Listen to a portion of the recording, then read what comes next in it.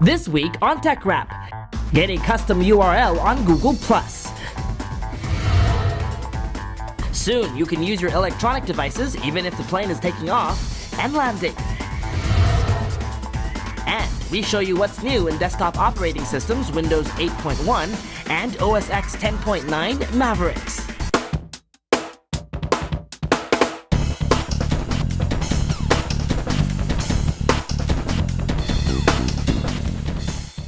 Hello from Phoenix, Arizona. I'm Michael Josh, and this is TechRap, your weekly source for tech news, gadget reviews, app recommendations, and social media tips.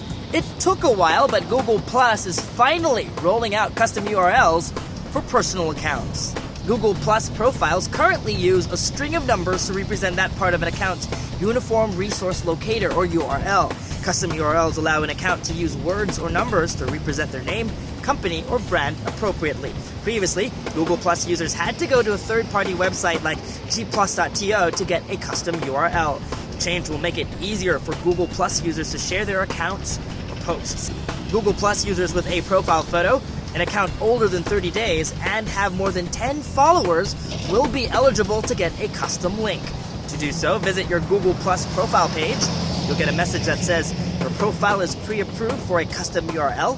Hit Get URL, and you're done. More on Google. Following weeks of speculation and rumors, Google finally announces its newest flagship smartphone, the Nexus 5. Now available on the Google Play Store in certain regions, the Nexus 5 comes in either black or white, and in 16 and 32 gigabyte models. Prices are at $349 or $399 respectively. The Nexus 5 also comes with Google's latest mobile OS, Android 4.4 KitKat. Installed on the Nexus 5 is version 2 of the Hangouts app. This new version of Hangouts takes cues from iMessage and now supports SMS or MMS and GIFs. The Hangout app with SMS support comes exclusively with the Nexus 5, but should roll out to other Android devices in the next few weeks. South Korean tech giant Samsung still holds the lead over Apple in terms of smartphone sales in the third quarter of 2013.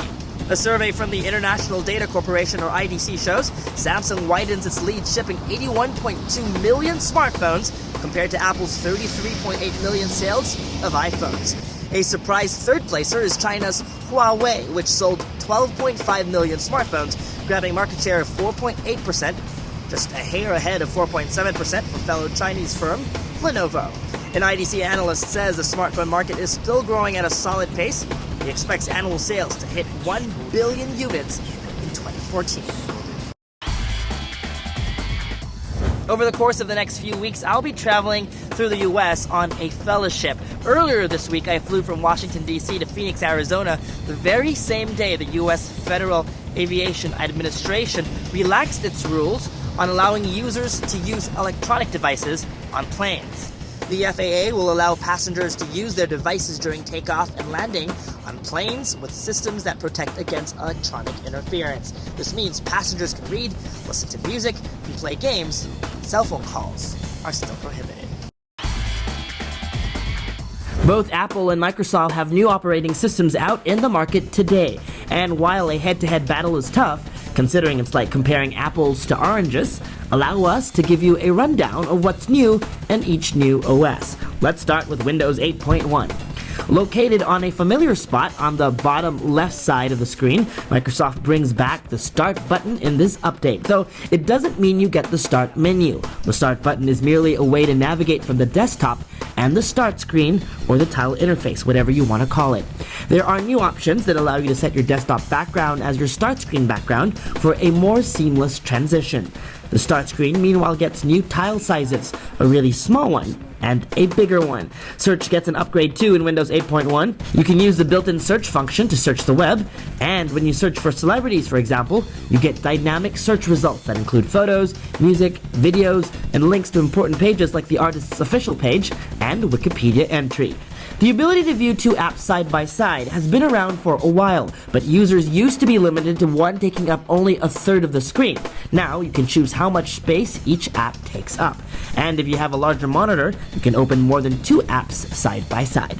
The Windows App Store also gets an update in Windows 8.1. When you do upgrade, check out the newly designed Facebook app that's only available for 8.1 users. If you have Windows 8 installed, Windows 8.1 is a free update. New users will need to shell out $119. Apple's new operating system, OS X 10.9 Mavericks, leaves behind the cat era. Mavericks is named after a place in California. One of the biggest UI changes is Finder tabs. Just like tabs in Safari, users can now add more tabs to Finder when sorting through their documents. Apple is also implementing a new tagging system, a new way to navigate through your files. The new OS, like iOS 7, removes what's left of skeuomorphic references. Calendar, for example, looks clean. Apple also brings some iOS apps to the Mac. Maps and iBooks, for example, get desktop versions. We like how notifications are now actionable. Get a new iMessage notification and you can reply straight from the notification screen. Safari also gets the same feature we loved in the iOS version. Once connected to your Twitter account, you can browse through a list of links tweeted by your Twitter contacts. Finally, Apple gives user support for multiple displays. When you connect a second monitor, you can use it as a fully independent display that isn't affected by what you do on your primary display. Mavericks is a free update for all Mac OS X users, starting Stone Leopard and up. And that was TechRap. For news and updates, don't forget, follow Rappler.com on social media, on Twitter, Facebook, Instagram, and Google+. Tech questions, go to TechRap at Rappler.com. That's our email address. Join our conversation on social media using the hashtag TechRap.